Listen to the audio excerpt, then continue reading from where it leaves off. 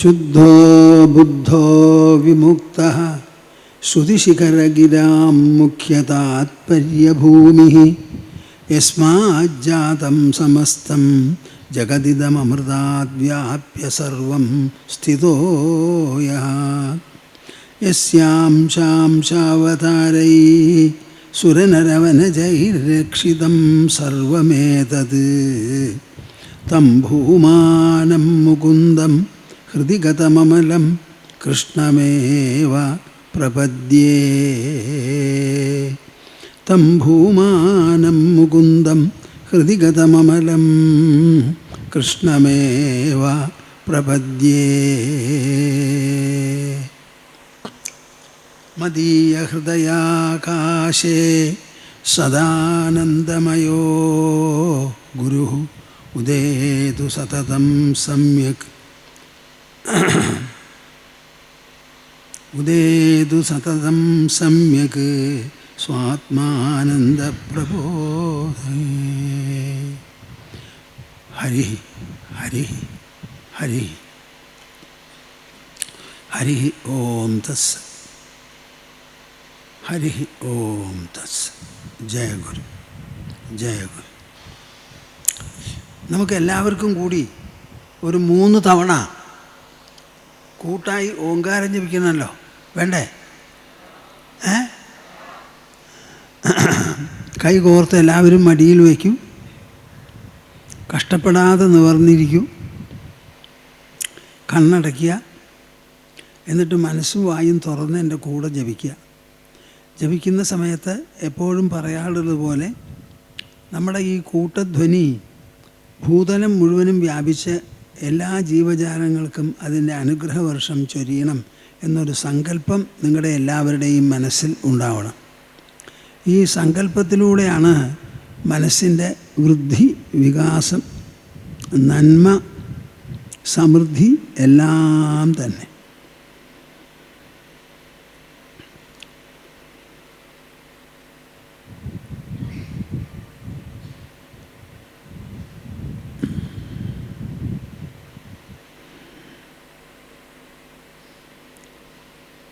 ഓ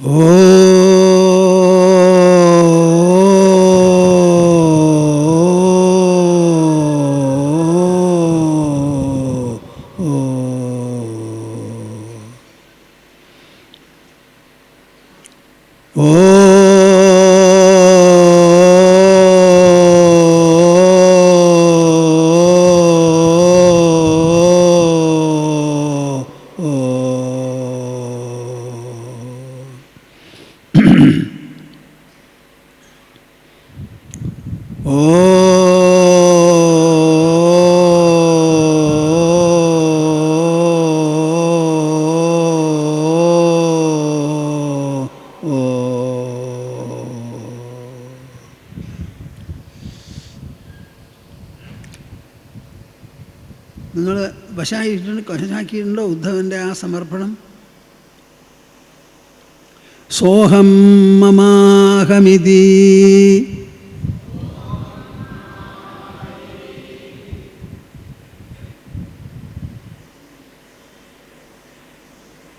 അങ്ങനെയാണ് ഈ ചൊല്ലേണ്ടതെന്ന് വയ്ക്കുക നല്ലത്.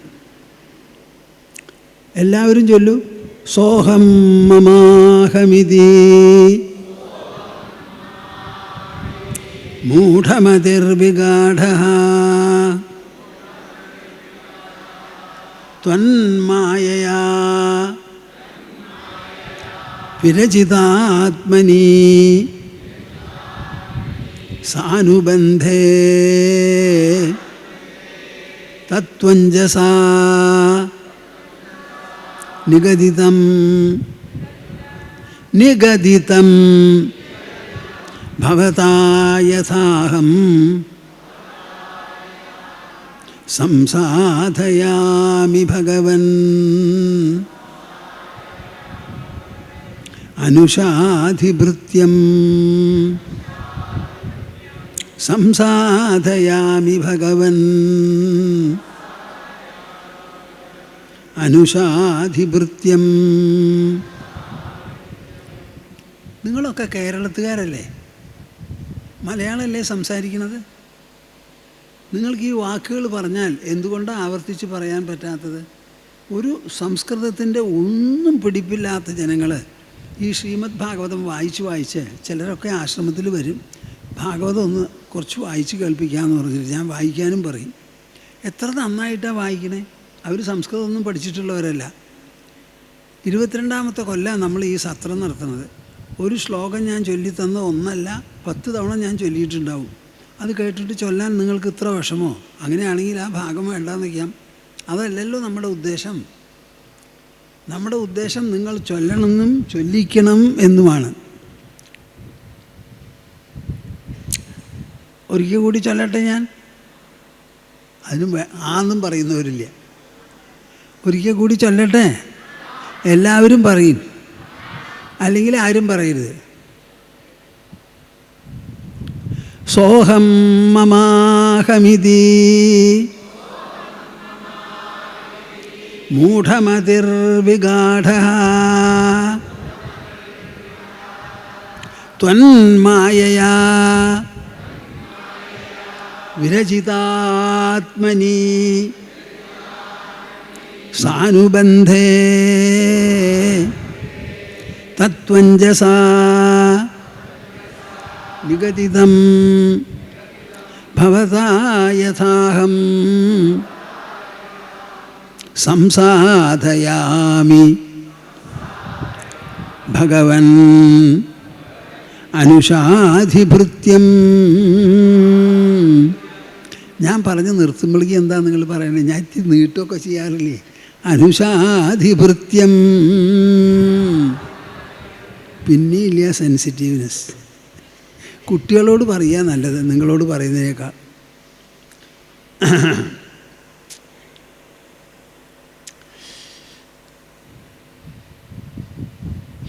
ഉദ്ധവൻ്റെ ചോദ്യത്തിനും സമർപ്പണത്തിനും മറുപടിയായി കൃഷ്ണൻ പറയാൻ തുടങ്ങുകയാണ്.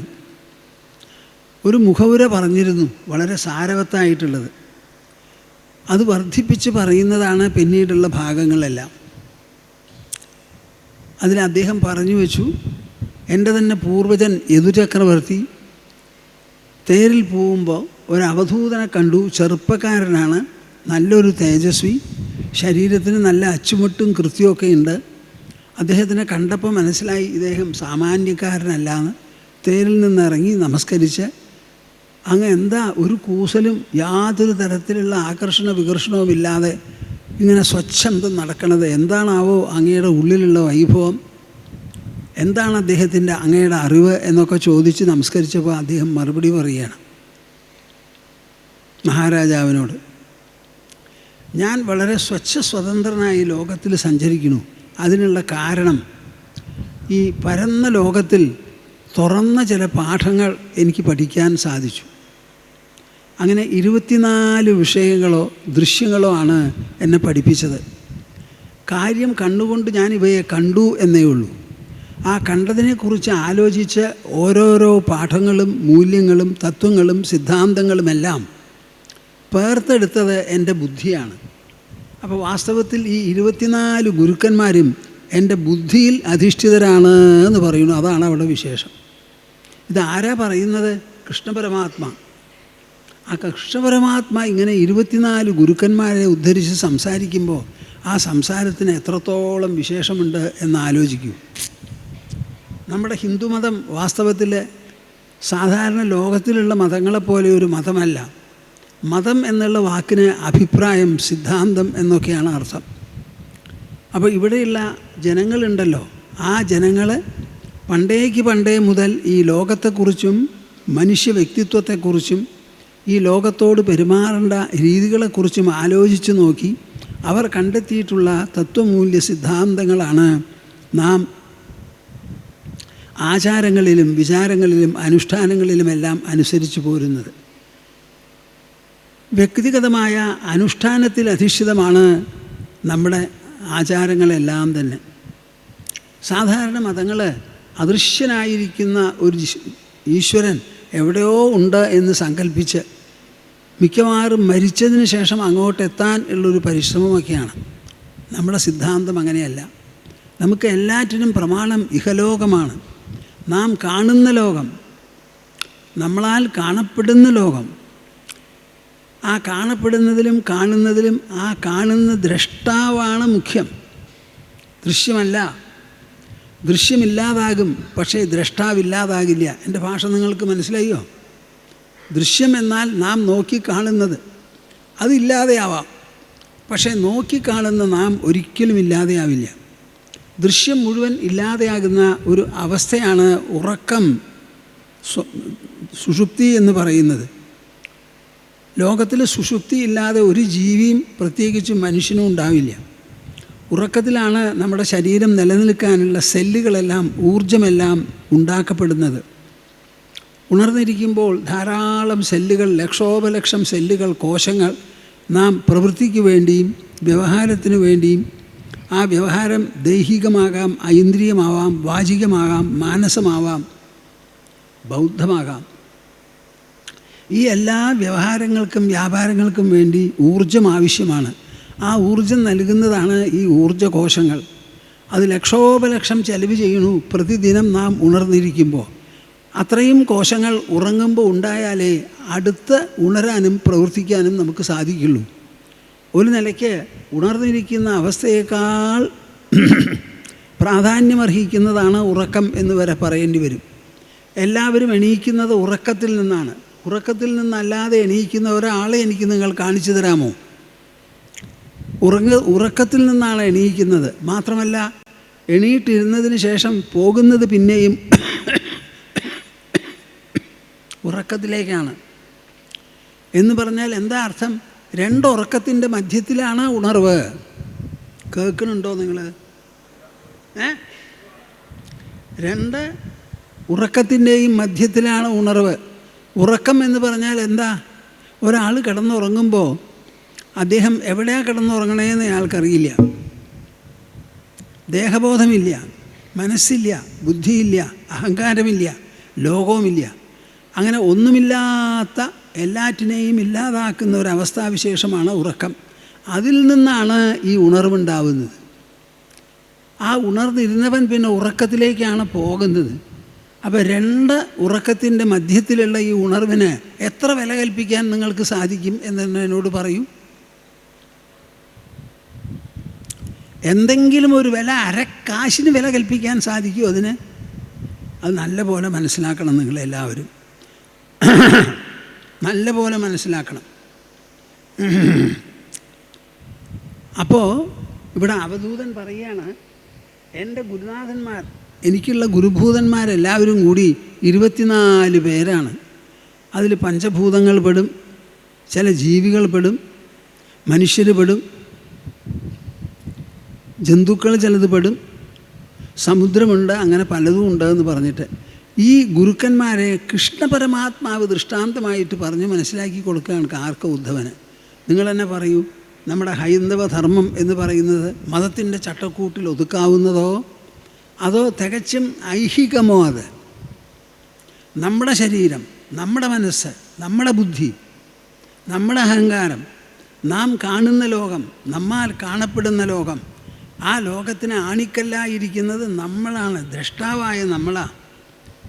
അങ്ങനെ ദൃഷ്ടമണ്ഡലത്തിൽ മാത്രം പ്രതിഷ്ഠിതമായിരിക്കുന്ന ഒരു ധർമ്മവിചാരത്തെ, ഒരു തത്വവിചാര സിദ്ധാന്തത്തെ നിങ്ങളെങ്ങനെയാണ് മതം മതം എന്ന് പറയുക? ഇതാ വളരെ വ്യക്തമായിട്ട് പറയണു. എൻ്റെ ഗുരുനാഥന്മാരാരാ? പൃഥിവീ വായുരാകാശം ആപോഗ്നിശ്ചന്ദ്രമാ രവിഃ കപോതോ അജഗര സിന്ധു പതംഗോ മധുഹൃദ്ഗജ മധുഹാ ഹരിണോ മീനഃ പിംഗലാകുരരോർഭകഃ കുമാരീ ശരകൃത് സർപ്പ ഊർണനാഭിസ്സുബേശകൃത്. ഭൂമിയിൽ നിന്ന് തുടങ്ങി മലമ്പാമ്പിലെത്തി പതംഗം ഈയാമ്പാറ്റ വരെ എത്തിച്ചേർന്ന് അതിൽ പുഴുക്കളും പെടും, തേനും പെടും, തേനീച്ചക്കാരനും പെടും, ഒക്കെ പെടും. അങ്ങനെ എല്ലാം കൂടിയിട്ട് വേട്ടാളൻ വരെ എത്തിച്ചേരുന്ന ഒരു വിശേഷപ്പെട്ട ലിസ്റ്റ്, 24 പേരുടെ ലിസ്റ്റാണ് ഈ അവധൂതൻ പറയണത്. എന്നിട്ട് ഓരോന്നിൽ നിന്നും പഠിച്ച പാഠങ്ങൾ അദ്ദേഹം ഒന്നൊന്നായി പറഞ്ഞു ധരിപ്പിക്കുന്നു. ഭൂതൈരാക്രമ്യമാണോവി ധീരോ ദൈവവശാനുഗൈഃ തദ്വിദ്വാന്ന ചലേന്മാർഗാത് അന്വശിക്ഷം ക്ഷിതേർവ്രതം. നോക്കൂ,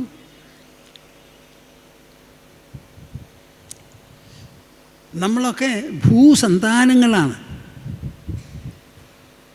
അമ്മയുടെ ഗർഭത്തിൽ 8-9 മാസമേ നമ്മൾ കഴിച്ചു കൂട്ടുന്നുള്ളൂ.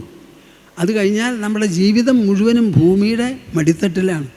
അപ്പോൾ വാസ്തവത്തിൽ നമ്മൾ നമ്മുടെ അമ്മയുടെ സന്താനമോ അതോ ഭൂസന്താനമോ ജീവിതം മുഴുവനും പരിശോധിച്ച് നോക്കിയാൽ ഭൂസന്താനങ്ങളാണ്. ആ ഭൂസന്തതികളായ നമ്മൾ എപ്പോഴും ഈ ഭൂമിയെ, നമ്മുടെ ജനനിയെപ്പറ്റി ആലോചിക്കണം. ആലോചിച്ച് എന്താണ് ഈ ഭൂമി ഉപദേശിക്കുന്നത് എന്ന് ആലോചിച്ച് നോക്കണം. ആദ്യമായിട്ട് ഭൂമിയെ ലിസ്റ്റ് ചെയ്ത് ഭൂതൈഹി ആക്രമ്യമാണോപി ധീരോ ദൈവവശാനുഗൈഹി തദ്വിദ്വാന്ന ചലേന്മാർഗാത് അന്വശിക്ഷം ക്ഷിതേർവ്രതം. മനുഷ്യരായി ജനിച്ചാൽ പോരാപ്പാ, തടിമാടനായി അല്ലെങ്കിൽ തടിമാടത്തിയായിട്ട് കഴിഞ്ഞുകൂടിയിട്ട് കാര്യമില്ല. നമ്മുടെ മനസ്സിനെ സമ്പുഷ്ടമാക്കണം, ബുദ്ധിയെ അതിസൂക്ഷ്മമാക്കണം. കാര്യങ്ങളെ വിശകലനം ചെയ്ത് വിവേചനം ചെയ്ത് മനസ്സിലാക്കാൻ പറ്റിയ തരത്തിലുള്ള ഒരു ബുദ്ധി നാം വളർത്തിയെടുക്കണം. അത് കുട്ടിക്കാലത്തെ അമ്മ അച്ഛൻ അവർ കുട്ടിക്ക് പറഞ്ഞു കൊടുക്കേണ്ടതാണ്. പലതും കുട്ടിയെ കൊണ്ട് സ്വയം ചെയ്യിപ്പിക്കണം. ഈ വായിലിങ്ങനെ ചോറ് ഊട്ടി കൊടുക്കുന്നുണ്ടല്ലോ, എത്രയും വേഗം അത് നിർത്തണം. നിർത്തിയിട്ട് നിങ്ങൾ എന്തു വേണം, ഭക്ഷണമൊക്കെ തയ്യാറാക്കി വേണ്ടി വെച്ചാൽ ഒരു സ്പൂണും വെച്ചിട്ട് മോളെ നീ തിന്നോ കഴിച്ചോ എന്ന് പറയണം. അപ്പോഴേ അവർ പഠിക്കുള്ളൂ. ഞാൻ 1972 അമേരിക്കയ്ക്ക് ആദ്യം പോയത്. അവിടെ കാലിഫോർണിയയിൽ ഒരു കുടുംബത്തിലെ വെള്ളക്കാരന്മാരാണ്. അവർ 1-2 ദിവസം താമസിക്കുകയുണ്ടായി. അപ്പം ഞങ്ങളിങ്ങനെ താമസിച്ചുകൊണ്ടിരുന്നപ്പോൾ അവരുടെ ഒരു പെൺകുട്ടി അവിടെ വന്നു. അവൾക്ക് എന്താ കോപം എന്നറിയില്ല. ഒറ്റ വാതിൽ, വലിയ വിസ്താരത്തിലൊരു വാതിലുണ്ട്. ആ വാതിൽ ഇങ്ങോട്ട് തുറന്ന് ഠാപ്പ് ഠാപ്പ് ഠാപ്പ് അങ്ങനെ അടയ്ക്കണം. ഒരു തവണയല്ല, 1, 2, 3, 4, 5, 6, 7, 8. ഈ അമ്മ ഒരക്ഷരം മിണ്ടിയില്ല. അവിടെ ഞാനും ഒന്നും മിണ്ടിയില്ല, കാണാനല്ലേ പറ്റുള്ളൂ. അത് കഴിഞ്ഞ് വൈകുന്നേരം ഞാൻ ചോദിച്ചു, എനിക്ക് നിങ്ങളോടൊരു ചോദ്യമുണ്ട്. എന്താ അത്? നിങ്ങളുടെ കുട്ടി ഇങ്ങനെ വന്ന് ഒരു ആവശ്യമില്ലാതെ കോപത്തിൽ ഇങ്ങനെ വാതിലിങ്ങനെ അടച്ചപ്പോൾ നിങ്ങളൊരു അമ്മയാണല്ലോ ഒരക്ഷരം മിണ്ടിയില്ലല്ലോ, എന്താ അതിൻ്റെ പിന്നിലെന്നൊന്ന് പറഞ്ഞു തരാമോ? എന്താ ആ സ്ത്രീ എന്നോട് പറഞ്ഞതെന്നറിയോ?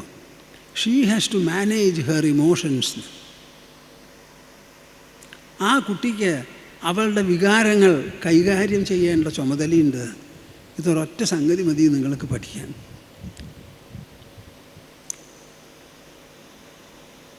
ആ കുട്ടി വാതിലല്ലേ പിടിച്ചടിക്കണത്. എന്താ സംഭവിക്കുക? ഒന്നും സംഭവിക്കില്ല.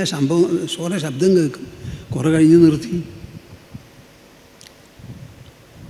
പിന്നെ ഒരമ്മ മലേഷ്യയിൽ എന്നോട് പറഞ്ഞതാ, ഞാനൊരു ഐലൻഡ് കാണാൻ പോയപ്പോൾ പെൺകുട്ടിയും പറഞ്ഞയച്ചു. അവൾ വേണ്ടതുപോലെ പെരുമാറി തിരിച്ചു കൊണ്ടുവന്നു. അപ്പോൾ ഞാൻ ചോദിച്ചു, നിങ്ങൾ ഈ കുട്ടിയെ നല്ല പോലെ പഠിപ്പിച്ചിട്ടുണ്ടെന്ന് തോന്നുന്നുണ്ടല്ലോ, എന്താ അതിൻ്റെ രഹസ്യം ഒന്ന് പറഞ്ഞു തരാമോ? അതോ ഞാൻ അവളോട് ഓരോ കാര്യവും പറഞ്ഞ് മനസ്സിലാക്കും. തെറ്റ് ചെയ്താൽ ഒരു വാണിംഗ് കൊടുക്കും, പിന്നെയും ചെയ്താൽ 2ാമത്തെ വാണിംഗായി, 3ാമത്തെ വാണിങ്ങിന് അവൾ സമ്മതിക്കില്ല. അതിനു മുൻപ് ആ തെറ്റ് തിരുത്തും. വാണിംഗ് കൊടുക്കലാണ് എൻ്റെ സമ്പ്രദായം. തെറ്റ് ചൂണ്ടിക്കാട്ടി. വേറെ എന്താ ഇനി വേണ്ടേ അറിയാൻ? ഒക്കെ മനസ്സിലായി. നിങ്ങളുടെ കുട്ടികളെ പഠിപ്പിക്കാൻ നിങ്ങൾക്ക് അറിയണം. എന്തെങ്കിലും കാണുമ്പോൾ, ഞങ്ങളുടെ ആശ്രമത്തിൽ എൻ്റെ പൂർവാശ്രമത്തോട് ബന്ധപ്പെട്ട ഒരു കുട്ടിയാണ്. ആ കുട്ടിയുടെ അമ്മ എപ്പോഴും കുട്ടിയെ ഓർത്ത് വലിയ വെപ്രാളാണ്. ഒരു കത്തിയെടുക്കും. ആ കത്തിയുടെ മൂർച്ചയുള്ള ഭാഗത്ത് കൂടി അവൻ കുറച്ച് ഇങ്ങനെ വിരലോടിക്കുമ്പോൾ അമ്മ കിടന്ന് ഇങ്ങനെ നീറുക. ഞാൻ പറയും, ഒന്ന് മിണ്ടാണ്ടിരിക്കുമോ? അവനെ വിളിച്ച് പറഞ്ഞു കൊടുക്കും, മൂർച്ചയുള്ള ഭാഗത്ത് കൈ കൊണ്ടാ മുറുകയും തന്നിട്ട് മിണ്ടാണ്ടിരിക്കും. സമ്മതിക്കില്ല. അവിടെ ഒരു കിണറുണ്ട്, ആൾമറയുണ്ട്. ആ ആൾമറയിൽ കൂടെ എത്തിച്ച് നോക്കുക. അമ്മ കിടന്ന് തുള്ളിച്ചാടുക. ഒന്ന് മിണ്ടാണ്ടിരിക്കുന്നുണ്ടോ? ആൾമറ എന്ന് പറഞ്ഞാൽ എന്താ? മനുഷ്യർ വിഴാണ്ടിരിക്കാനാണ്. അത് കഴിഞ്ഞ് കുറച്ച് കഴിഞ്ഞ് ഞാൻ വിളിച്ചു, നിനക്ക് എന്താ വേണ്ടേ? കിണർ നോക്കണോ? ഇവിടെ വാ. ആ ബക്കറ്റിൻ്റെ ഉള്ളിൽ കയറിയിരിക്കുക. ഞാൻ പതുക്കെ പൊക്കി നിന്നെ അവിടെ ഇങ്ങനെ ഇറക്കി തരാമെന്ന് പറഞ്ഞു. ആ വഴിക്ക് വന്നില്ല അവൻ. ഇതാണ് കുട്ടികളെ പഠിപ്പിക്കാനുള്ള മാർഗം. നിങ്ങളെന്താ വിചാരിച്ചത്? തൊട്ടതിനൊക്കെ ഫൂ ഫൂ, എന്ത് ഫൂ പറഞ്ഞ് മനസ്സിലാക്കി കൊടുക്കൂ. അവനിൽ വിശേഷ ബുദ്ധി ഉണർത്തൂ. അതാണ് ആവശ്യം. ഒരച്ഛൻ എന്നോട് പറയുക, എൻ്റെ മകള് കുറച്ച് ബുദ്ധിയുള്ളവളാണ്, അവൾ എന്ത് കാര്യം പറഞ്ഞാലും അവൾക്ക് പറഞ്ഞ് മനസ്സിലാക്കി കൊടുത്തിട്ടല്ലാതെ അവൾ പിന്മാറില്ല എന്ന്. ആ കുട്ടി ഇപ്പോൾ അമേരിക്കയിൽ എത്ര കേമിയായിട്ടാണ് പഠിക്കണേന്നറിയോ? മെഡിസിൻ പഠിക്കാൻ പോവാ. ഒരു ജന്മാവകാശമല്ലേ കാര്യങ്ങൾ മനസ്സിലാക്കുന്നത്. അത് പറഞ്ഞ് മനസ്സിലാക്കി കൊടുക്കാൻ നിങ്ങളൊരു കുട്ടിയിൽ എന്താ വളർത്താൻ പോണേ? അംഗോപാംഗങ്ങളോ? ആ കുട്ടിയുടെ മനസ്സും ബുദ്ധിയുമാണ് വളരേണ്ടത്. ആ ബുദ്ധി വളരണമെങ്കിൽ അതിന് വിചാരം, വിവേകം എന്ന് പറയുന്നത് ഓതി ഓതി കൊടുക്കണം. അത് വളരെ അത്യാവശ്യമാണ്. അപ്പം നമ്മൾ പഠിക്കേണ്ടത് ഭൂമിയിൽ നിന്നാണ്, ഭൂസന്താനങ്ങളാണ്. ഭൂതൈരാക്രമ്യമാണോപി ധീരോ ദൈവവശാനുഗൈഹി തദ്വിദ്വാൻ ന ചലേന്മാർഗാത് അന്വശിക്ഷം ക്ഷിതേർവ്രതം. നമ്മൾ ഈ ലോകത്തിൽ ജീവിക്കുമ്പോൾ പലതരത്തിലുള്ള ആക്രമങ്ങൾക്ക് വിധേയമാകാം. നമ്മളെ പിടിക്കാത്തവരുണ്ടാവും, ശത്രുക്കളുണ്ടാവും, നമ്മളാരുടെയും ശത്രുക്കളല്ലെങ്കിലും അങ്ങനെ പലതരത്തിലുള്ള മത്സരമോ എല്ലാം ഉണ്ടാവും. അങ്ങനെ പല വിധത്തിലുള്ള വിഷമങ്ങൾ. ഭൂതൈഹി ആക്രമ്യമാണോഭി, ആക്രമിക്കപ്പെട്ടാലും ധീര ഉറച്ച ബുദ്ധിയുള്ളവൻ, ദൈവവശാനുഗൈഹി. ഈ ഓരോരുത്തരും ഓരോ സ്വഭാവത്തിൽ ജനിച്ച് ഓരോ പ്രവർത്തന വിശേഷം അവർ പ്രകടമാക്കുന്നത് എന്തിനെ ആധാരമാക്കിയിട്ടാണ്? ദൈവവശാനുഗൈഹി. ഈ ലോകം നമ്മുടെയല്ല, ലോകത്തിൻ്റെയാണ് നമ്മൾ. ഇതിൻ്റെ ഗതിവിഗതികളിൽ നമുക്ക് യാതൊരു സ്ഥാനവുമില്ല. അത് അതിൻ്റെ പാട്ടിലിങ്ങനെ നടക്കുന്നു. അതിൽ നമ്മൾ മനുഷ്യർ എന്ന് പറഞ്ഞ മനുഷ്യരാശിയിൽപ്പെട്ടവരാണ്. നമുക്കുള്ള വിശേഷം എന്താ? നമ്മുടെ മനസ്സും ബുദ്ധിയും സംസാരശേഷിയും. കയ്യിലും കാലിലും കണ്ണിലും മൂക്കിലും ഒക്കെ നമ്മളെക്കാൾ കേമായിട്ടുള്ള ജീവജാലങ്ങളുണ്ട് ഭൂമിയിൽ. എന്നാൽ അവർക്ക് ആർക്കും മനസ്സും ബുദ്ധിയുമില്ല. അവർക്ക് ആർക്കും സംസാരശേഷി, ആശയവിനിമയ ശേഷിയില്ല. അതിന് മാത്രമാണ് മനുഷ്യൻ മെച്ചപ്പെട്ടവൻ. അപ്പം അങ്ങനെയുള്ള ഈ ലോകത്തിൽ ജീവികളാലോ മനുഷ്യരാലോ തന്നെ എന്തെങ്കിലും തരത്തിൽ ആക്രമിക്കപ്പെട്ടാലും ഉറച്ച ബുദ്ധിയുള്ളവൻ, നല്ല വീക്ഷണമുള്ളവൻ, തദ് വിദ്വാൻ ന ചലേൻ മാർഗാത്, താൻ അനുവർത്തിക്കുന്ന ആ മാർഗത്തിൽ നിന്ന് വിട്ടുപോകരുത്, ഉറച്ചു നിൽക്കണം. ആരെന്തെന്ന് വേണമെങ്കിൽ പറഞ്ഞോട്ടെ. നിന്ദന്തു നീതി നിപുണായതി വാസ്തുവന്തു, നിന്ദന്തു നീതി നിപുണായതി വാസ്തുവന്തു. മറന്നുപോയി. ഈ എല്ലാ നീതി നിപുണന്മാർ നിന്ദിക്കട്ടെ. അദ്യൈവ വാ മരണമസ്തു യുഗാന്തരേ വാ ന്യായാത് പഥപ്രവിചലന്തി പദം ന ധീരാഃ.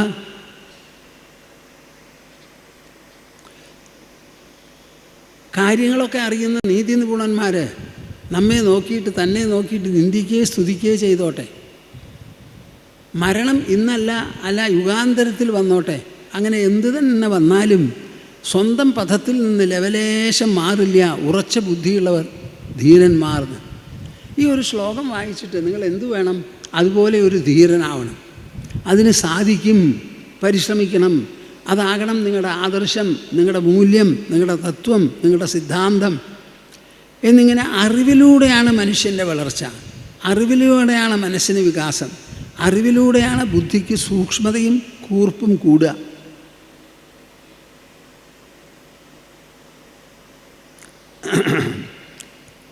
ലോകത്തിൽ പലതരത്തിലുള്ള മനുഷ്യരാണ്. പ്രാരഭ്യതേന ഖലു വിഘ്നഭയേന മന്ദൈഃ പ്രാരഭ്യ വിഘ്നവിഹത വിരമന്തി മധ്യാഃ വിഘ്നൈഃ പുനഃ പുനരപി പ്രതിഹന്യമാനാഃ പ്രാരബ്ധമുത്തമജനാ ന പരിത്യജന്തി. ഞാനിത് എന്നോ വായിച്ച ഒരു സുഭാഷിതമാണ്. ഞാനൊരു സുഭാഷിത പ്രിയനായിരുന്നു. ചെറുപ്പം മുതൽക്ക്, ഒരു 6-7 വയസ്സ് മുതൽക്ക് അങ്ങനെയാണ്. ഒരു സുഭാഷിതം മതി ഒരു മനുഷ്യൻ്റെ ജീവിതം മാറ്റി എഴുതാൻ, നന്നാക്കാൻ. പ്രാരഭ്യതേന ഖലു വിഘ്നഭയേന മന്ദൈ. മന്ദബുദ്ധിയുള്ളവർ 2-3 തരക്കാരാണ്. മന്ദമബുദ്ധി, മധ്യമബുദ്ധി, ഉത്തമബുദ്ധി എന്ന്. അങ്ങനെ 3 തരത്തിൽ. ഈ മന്ദബുദ്ധിക്കാരെന്താ, ഒരു കാര്യം ചെയ്യാൻ പുറപ്പെടുമ്പോൾ അയ്യോ അതിൽ എത്രയൊക്കെ കഷ്ടപ്പാടാണെന്നറിയോ, ഞാൻ കൂട്ടിയാൽ പറ്റില്ല എന്ന് പറഞ്ഞ് പിന്മാറും. തുടങ്ങുന്നതിന് മുൻപ് തന്നെ. പ്രാരഭ്യ വിഘ്നവിഹതാഹ വിരമന്തി മധ്യാഹ. എങ്ങാനും ആരംഭശൂരത്വത്തോടു കൂടി തുടങ്ങിയ ഒരു പ്രവൃത്തി തുടങ്ങിക്കഴിഞ്ഞാൽ ഇടയിൽ ചില വിഘ്നങ്ങൾ വരുമ്പോൾ എന്നെക്കൊണ്ടാവില്ലേ എന്ന് പറഞ്ഞ് പിന്മാറും. വിഘ്നൈഃ പുനഃ പുനരപി പ്രതിഹന്യമാനാഹ.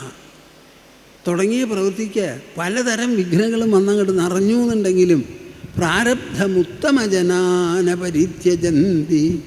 നല്ല മനുഷ്യർ ഒരിക്കലും തുടങ്ങി വെച്ചത് വിട്ടുകളയില്ല എന്ന്. ഇത് വായിച്ച ഓരോരുത്തർക്കും നിങ്ങൾക്ക് തോന്നേണ്ടത് എന്താ, ആദ്യത്തതിൽ പെടണോ, രണ്ടാമത്തതിൽ പെടണോ, അതോ മൂന്നാമത്തതിൽ പെടണോ? എന്താ മിണ്ടാത്തത്? ഒക്കെ ആദ്യക്കാരല്ലേ?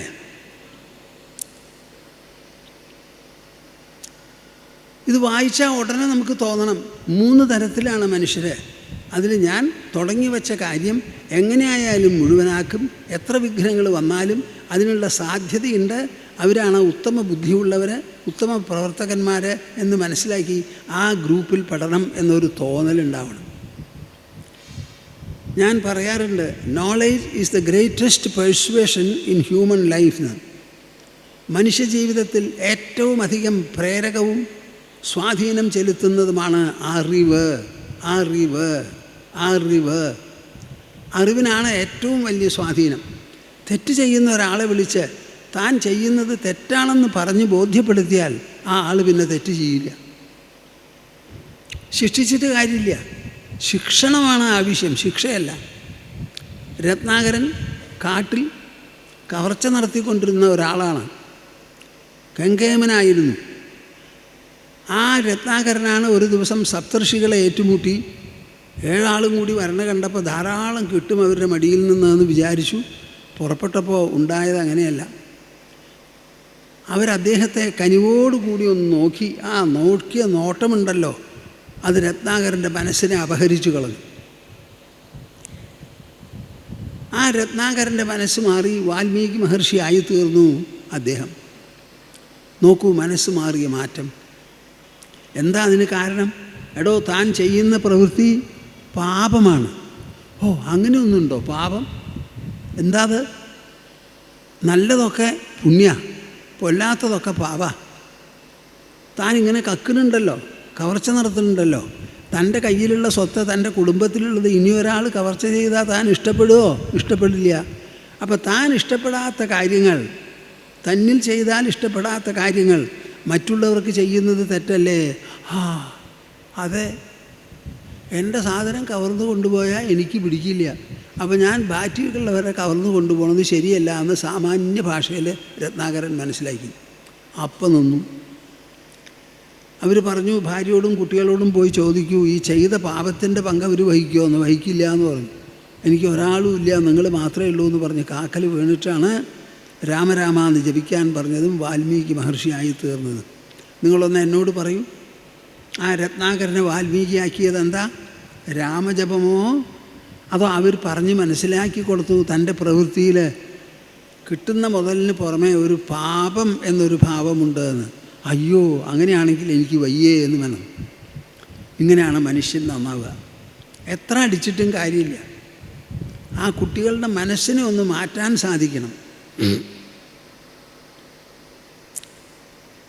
നമ്മുടെ പഞ്ചതന്ത്രം എഴുതിയത് എന്തിനാ? മണ്ടന്മാർ രാജകുമാരന്മാരെ എത്ര പഠിപ്പിച്ചിട്ടും പഠിക്കാതെ രാജാവ് തോറ്റു തുന്നം പാടിയപ്പോൾ ഒരു സദസ്സ് വിളിച്ചു കൂട്ടി. ഞാൻ കൂടിയിട്ടില്ല, എൻ്റെ മക്കൾ പഠിക്കണില്ല എന്ന് പറഞ്ഞപ്പോൾ അവിടെ വയസ്സൻ ഒരാളുണ്ടായിരുന്നു. എണീറ്റ് നിന്ന് പറഞ്ഞു, രാജാവേ, നിരാശപ്പെടേണ്ട കാര്യമില്ല. വിഷ്ണു ശർമ്മ എന്ന് പറഞ്ഞ ഒരു അധ്യാപകനുണ്ട്. അദ്ദേഹത്തിന് വയസ്സായി, അധ്യാപനമൊക്കെ നിർത്തിയിരിക്കുക. പക്ഷേ അങ്ങ് രാജാവ് പറഞ്ഞയച്ചാൽ ഒരു പക്ഷേ അദ്ദേഹം വരും, അദ്ദേഹത്തിനെ വിളിച്ച് സങ്കടം അറിയിക്കുമെന്ന് പറഞ്ഞു. അങ്ങനെ വിഷ്ണു ശർമാവിനെ വിളിച്ച് കാര്യം പറഞ്ഞപ്പോൾ അദ്ദേഹം കേട്ട് പറഞ്ഞു, മഹാരാജാവേ, ഞാൻ പെൻഷൻ പറ്റിയവനാണ്, എനിക്ക് പഠിപ്പിക്കാൻ സാധിക്കില്ല, വയ്യ. എന്നാലും ഇവിടെ ഇപ്പോൾ രാജകുമാരന്മാരാണ്, അവർ രാജ്യം ഭരിക്കേണ്ടവരാണ്. ഞാനടക്കം അധിവസിക്കുന്ന ഈ രാജ്യത്തിൽ രാജ്യം ഭരിക്കേണ്ടവരാണ് ആര്? അങ്ങയുടെ കുട്ടികൾ. അപ്പോൾ അവർക്ക് ബുദ്ധി ഉണ്ടാക്കാൻ ഞാൻ പരിശ്രമിക്കാം, ഞാൻ കൂട്ടിക്കൊണ്ടുപോകാം. തിരിച്ചു കൊണ്ടുവരുന്ന സമയത്ത് അവർ ബുദ്ധിമാന്മാരായിട്ടില്ല എന്നുണ്ടെങ്കിൽ എൻ്റെ പേര് വിഷ്ണു ശർമ്മ എന്നല്ലാതാകും എന്ന് പറഞ്ഞു. അങ്ങനെ പറഞ്ഞ് കൂട്ടിക്കൊണ്ടുപോയി അവരെ പഠിപ്പിക്കാൻ എഴുതിയിട്ടുള്ള കഥാരൂപത്തിലുള്ള രാജതന്ത്രങ്ങളാണ് ഈ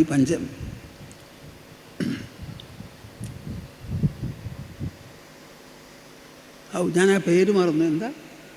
പഞ്ചതന്ത്രം എന്ന് പറഞ്ഞ പുസ്തകം അതാണ്. നമ്മുടെ രാജ്യം വളരെ വിശേഷപ്പെട്ടതാപ്പാ. നിങ്ങൾ കേട്ടിട്ടുണ്ടോ എവിടെയെങ്കിലും ഒരു അധ്യാപകൻ ഇങ്ങനെ ഒരു പുസ്തകം എഴുതി മരമണ്ടന്മാരെ പരമജ്ഞാനികളാക്കിയ സംഭവം? അപ്പം എപ്പോഴും ഇതാ, ഭൂതൈരാക്രമ്യമാണോപി ധീരോ ദൈവവശാനുഗൈ തദ്വിദ്വാന്ന ചലേന്മാർഗാത് അന്വശിക്ഷം ക്ഷിതേർവ്രതം. നിങ്ങളിതൊന്ന് വായിക്കുമപ്പാ, ഒരു 10 തവണ വായിക്കൂ, അപ്പം അറിയാം. ഏതെല്ലാം ജീവികളാലോ മനുഷ്യരാലോ ആക്രമിക്കപ്പെട്ടാലും ഉറച്ച ബുദ്ധിയുള്ളവൻ, ധൈര്യശാലി, ധീരൻ, ന ചലേന്മാർഗാത്, താൻ നിശ്ചയിച്ച് തിരഞ്ഞെടുത്ത മാർഗത്തിലൂടെയുള്ള സഞ്ചാരം ഒരിക്കലും ഉപേക്ഷിക്കില്ല. ഇതാണ് അന്വശിക്ഷം ക്ഷിതേർവ്രതം. ഭൂമിയുടെ ഈ വ്രതം ഞാൻ മനസ്സിലാക്കിയത് ഇങ്ങനെയാണ്. എന്താണ് ഈ ഭൂമിയുടെ വ്രതം? ഒന്ന് ആലോചിച്ച് നോക്കൂ. ഈ ഭൂമി എത്ര വേഗത്തിലാണ് അതിൻ്റെ അച്ചുതണ്ടിൽ കിടന്നിങ്ങനെ ചുറ്റിത്തിരിയുന്നത്, ഇങ്ങനെ. എന്നിട്ട് അത് സൂര്യനെ പ്രദക്ഷിണം വയ്ക്കുക, 2 തിരിച്ചിലാണ്. ആ തിരിച്ചല് ഇന്നേ വരെ ഒരു മാറ്റം വന്നിട്ടുണ്ടോ എന്ന് പറയൂ നിങ്ങൾ? 2 സൂര്യോദയങ്ങൾക്ക് മധ്യത്തിൽ 24 മണിക്കൂറല്ലേ, അസ്തമനങ്ങൾക്ക് മധ്യത്തിൽ. ഒരു കൊല്ലത്തിൽ 365 ഇതേമാതിരിയുള്ള ദിവസങ്ങളല്ലേ. അതിൻ്റെ ഉള്ളിൽപ്പെട്ട ഋതുക്കളും എല്ലാം തന്നെ കാലക്രമത്തിൽ യഥാവിധി അങ്ങനെ വന്നു ചേർന്ന് പോണു. എത്ര കാലമായി ഈ തിരിച്ചൽ തുടങ്ങിയിട്ട്? ആ തിരിച്ചലിൽ നിന്ന് അതെന്തെങ്കിലും ഒരു വ്യതിയാനം സംഭവിച്ചിട്ടുണ്ടോ? ഇല്ല. ആ ഭൂമിയിൽ എന്തൊക്കെയാണ് ജനങ്ങൾ കാട്ടിക്കൂട്ടുന്നത് ഒന്ന് ആലോചിച്ച് നോക്കൂ. നമ്മുടെ ക്ലൈമറ്റ് വല്ലാതെ കാലാവസ്ഥ മാറിക്കഴിഞ്ഞു. ഭൂതലം ചൂട് പിടിക്കണു. അതിൽ നിന്ന് നമ്മൾ ഊറ്റിയെടുക്കുന്നതെല്ലാം അതിൻ്റെ സുഷിരങ്ങളിലുള്ളതാണ്. അതൊക്കെ ഊറ്റിയെടുത്താൽ അവിടെയൊക്കെ ശൂന്യം വരും, ഒന്നും ഉണ്ടാവില്ല. അങ്ങനെ വരുമ്പോൾ ഭൂമിക്ക് അതിൻ്റെ ഭാരം ഉറപ്പിക്കാനായിട്ടൊന്ന് താഴത്തേക്ക് ഇരിക്കേണ്ടി വരില്ലേ. ഇന്തോനേഷ്യ എന്ന് പറയുന്ന രാജ്യത്തിൽ ജാഗ്രത, ഒരു 35 അടി സമുദ്രത്തിന് താഴത്ത് പോവുകയാണത്രത്. എന്താ? അവിടെയുള്ള പെട്രോളും മറ്റുമുള്ള ഖനനം. പെട്രോൾ എടുക്കുന്ന സമയത്ത് ആ പഴുതുകളിൽ നമ്മൾ വേറെ എന്തെങ്കിലും കൊടുക്കുന്നുണ്ടോ? ഇല്ല. എത്രയാണ് ഊറ്റിയെടുക്കണത്? കുറച്ചാണോ? 10 ലിറ്ററോ 100 ലിറ്ററോ ഒന്നുമല്ല.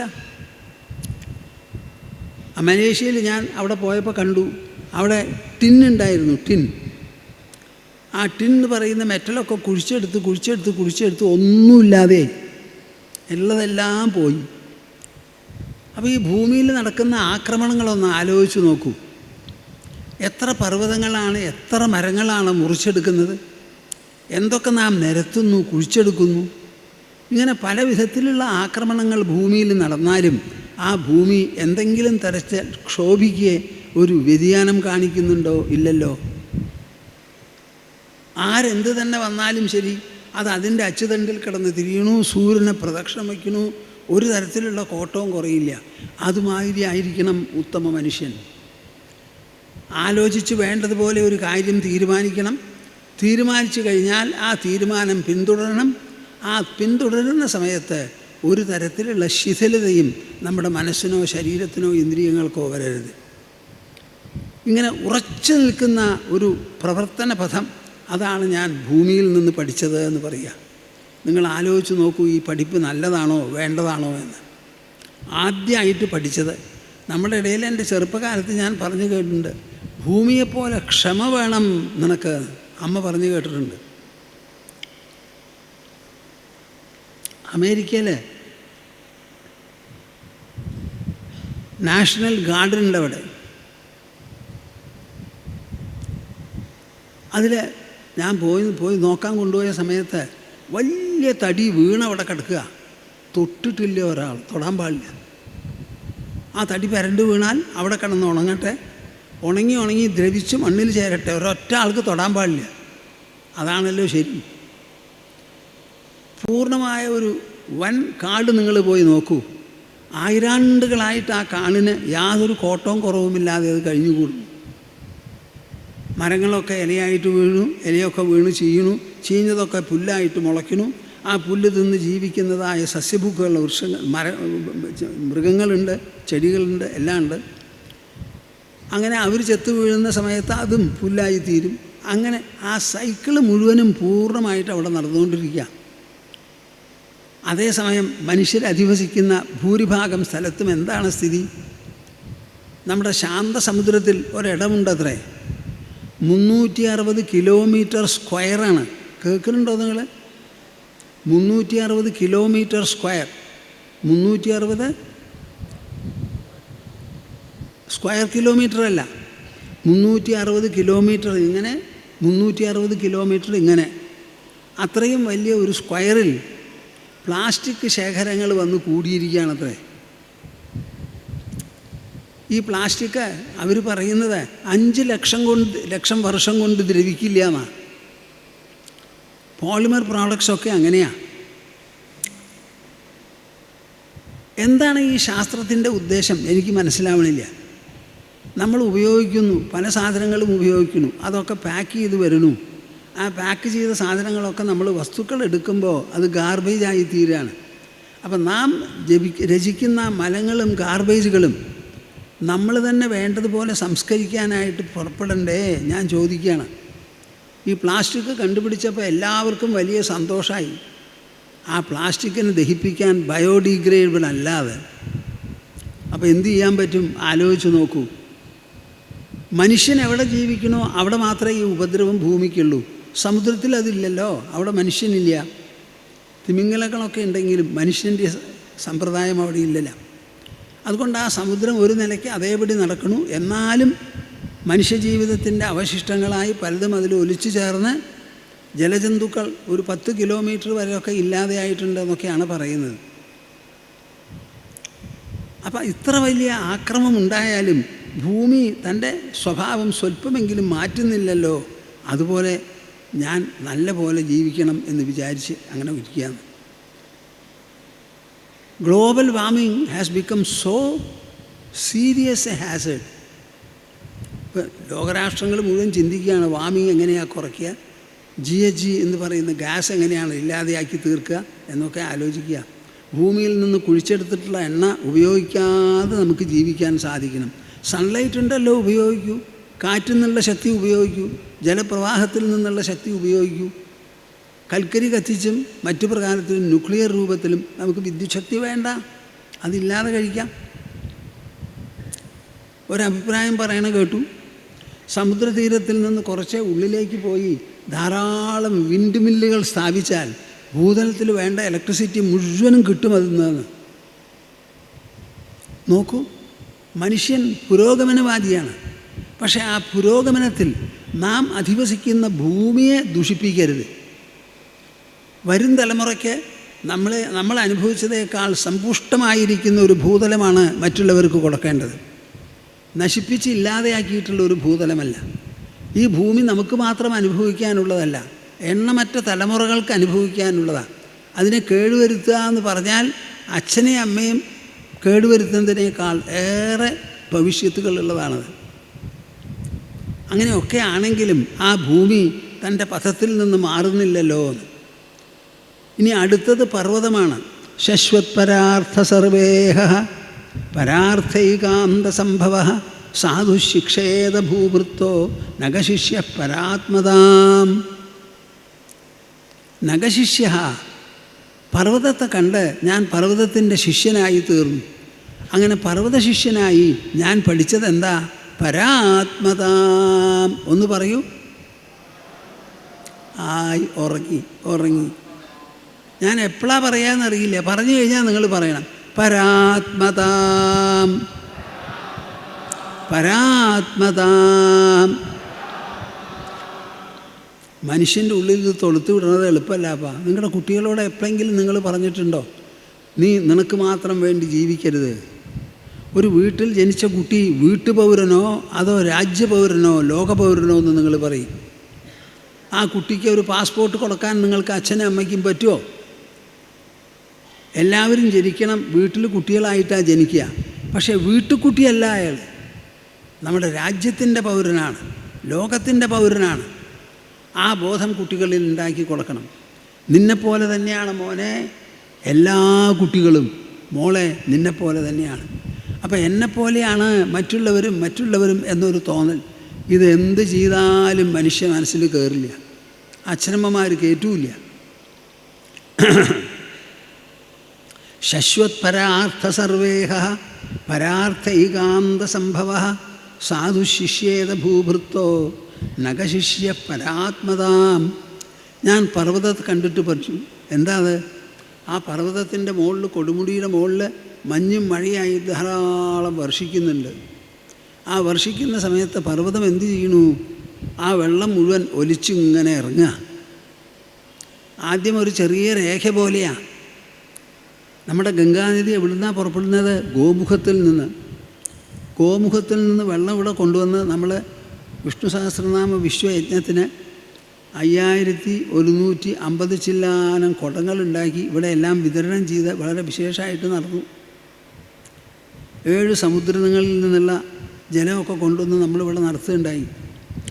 അപ്പോൾ അവിടെ നോക്കിയാൽ അതൊരു ചെറിയ രേഖയാണ്.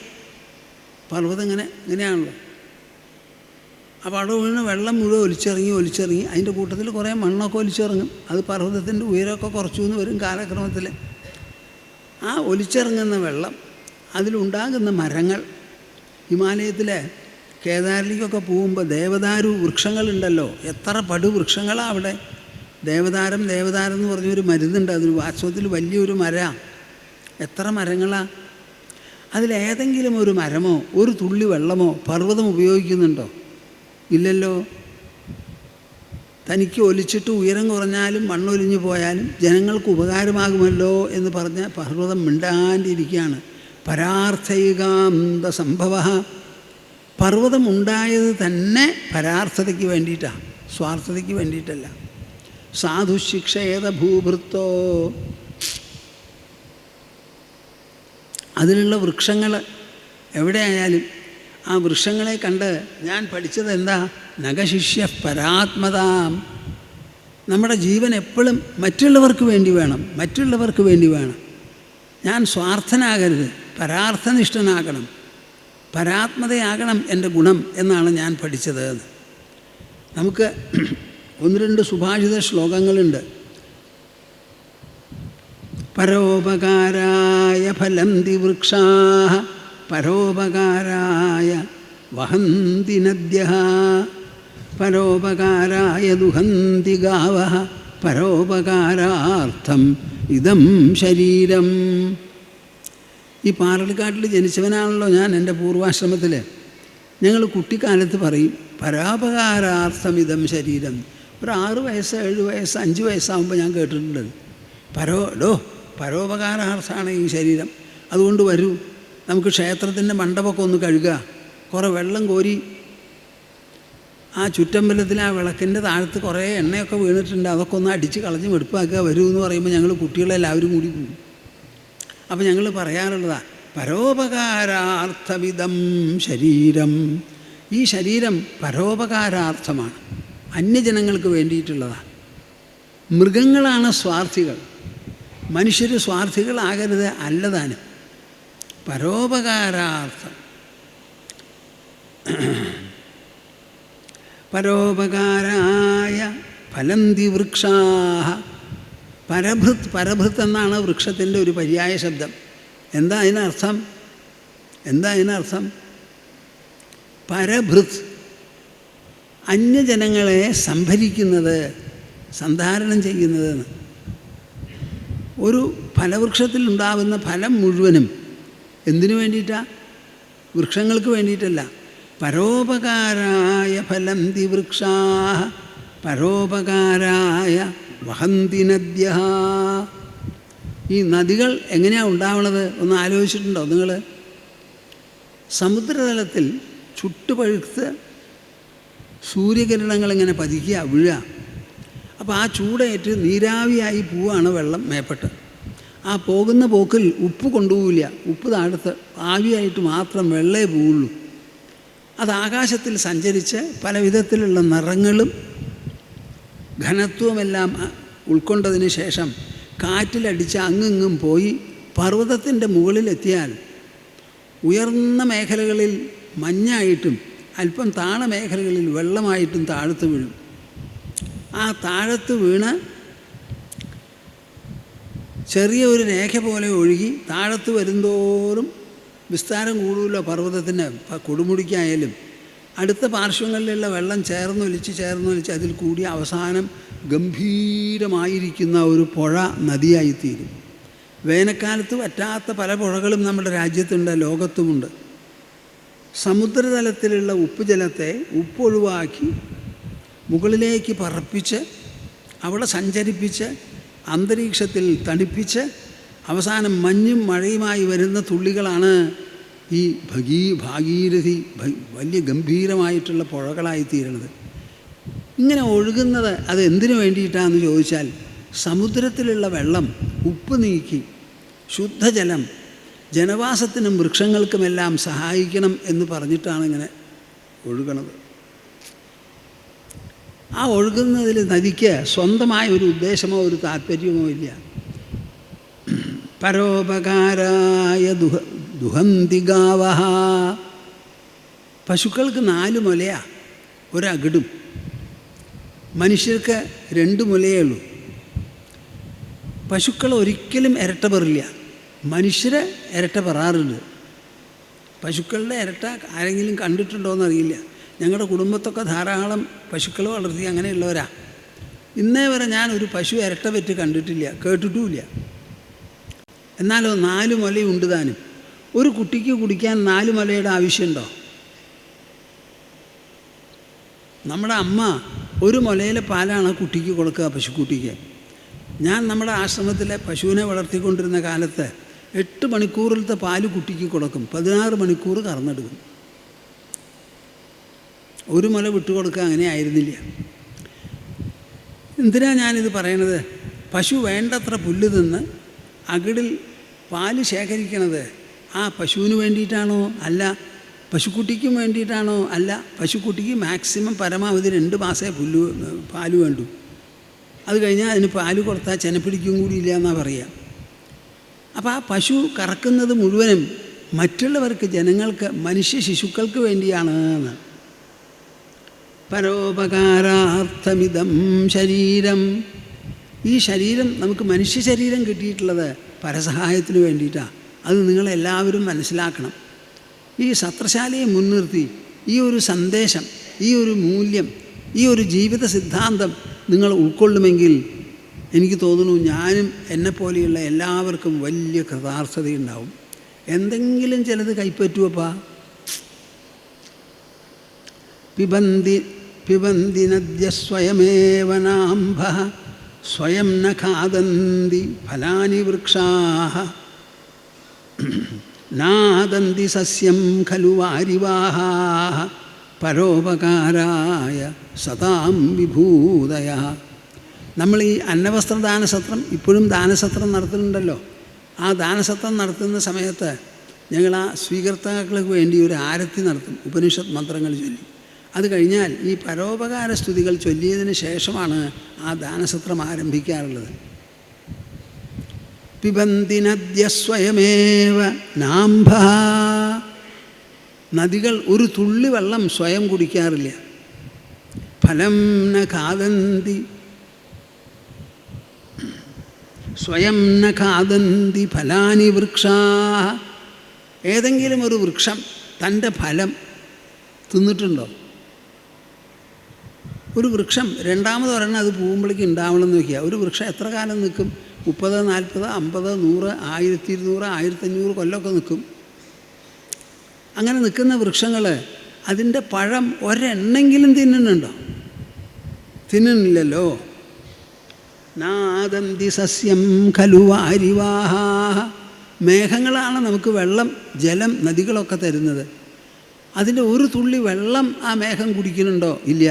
പരോപകാരായ സദാം വിഭൂതയ.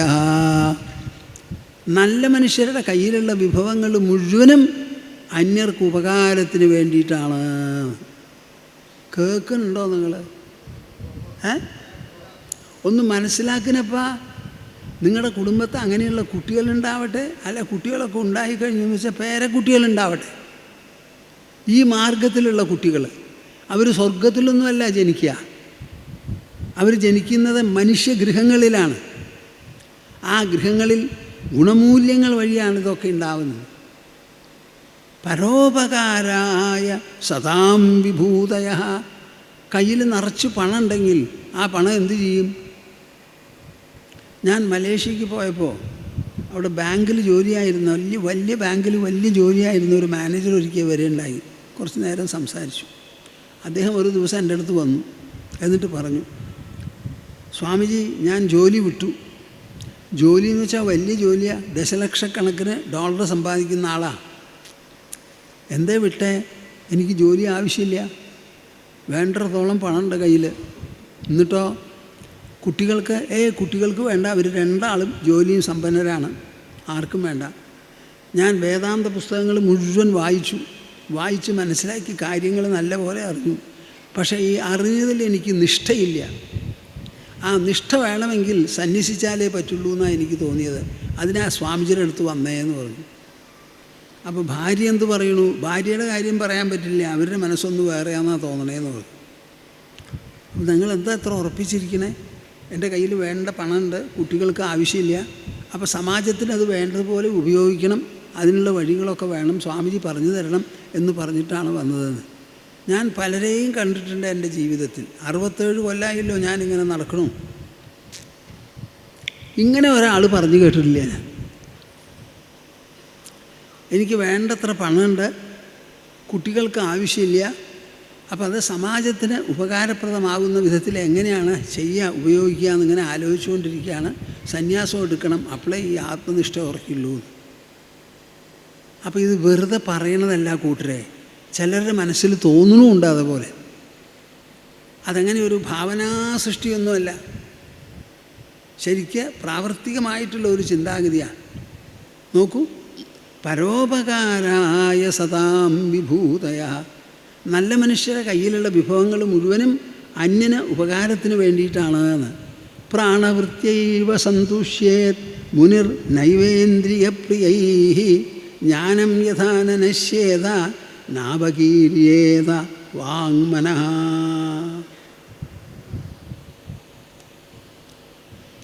പ്രാണവൃത്യൈവ സന്തുഷ്യേത്.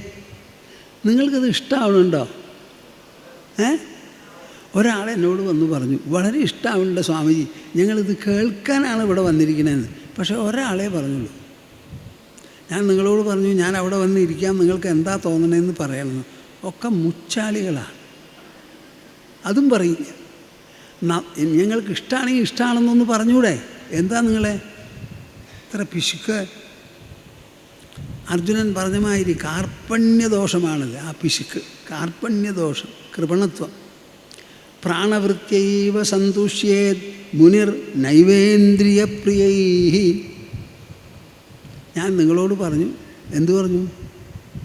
ഭഗവത്ഗീത ഒരു കർമ്മോന്മുഖത രചിക്കുന്നതാണെന്ന്. പടക്കളത്തിൽ മധ്യവയസ്സിൽ മഹാഭാരത യുദ്ധത്തിന് യുദ്ധകാഹളങ്ങൾ മുഴക്കി ശരവിസർജനം തുടങ്ങാനിരിക്കുമ്പോൾ കൃഷ്ണൻ ഉപദേശിച്ചതാണ് അർജുനന്. താഴത്ത് വെച്ച അമ്പും വില്ലും കയ്യിലടിപ്പിച്ച് യുദ്ധം സധീരം ചെയ്യണം എന്ന് പറഞ്ഞ്. ഇവിടെ ഉപദേശിച്ചത് ഉദ്ധവനോടാണ്. കൃഷ്ണന് 125 വയസ്സായി, സമാന്തരമായി ഉദ്ധവനുമായി കാണും. കൃഷ്ണൻ തന്നെ പോവാണ്. അപ്പോൾ പിന്നെ ഉദ്ധവൻ അവിടെ ഇരിക്കേണ്ട ആവശ്യം എന്താ? അപ്പോൾ ഉദ്ധവനെയും പറഞ്ഞയക്കണം എന്ന് പറഞ്ഞ് അതിന് തയ്യാറായി പറയുന്നതാണ്. അത് വിധിയാണെങ്കിൽ ഭഗവത്ഗീത ഇത് വിധി ശേഷമാണെന്ന് പറയും. കാര്യങ്ങൾ വളരെ സൂക്ഷ്മമായി ചർച്ച ചെയ്യുന്നതാണ് ഇവിടെ.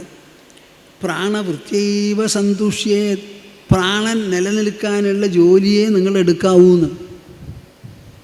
ആലഭാരങ്ങളൊന്നും വേണ്ടാന്ന്. കേൾക്കുന്നുണ്ടോ നിങ്ങൾ? ഇല്ല.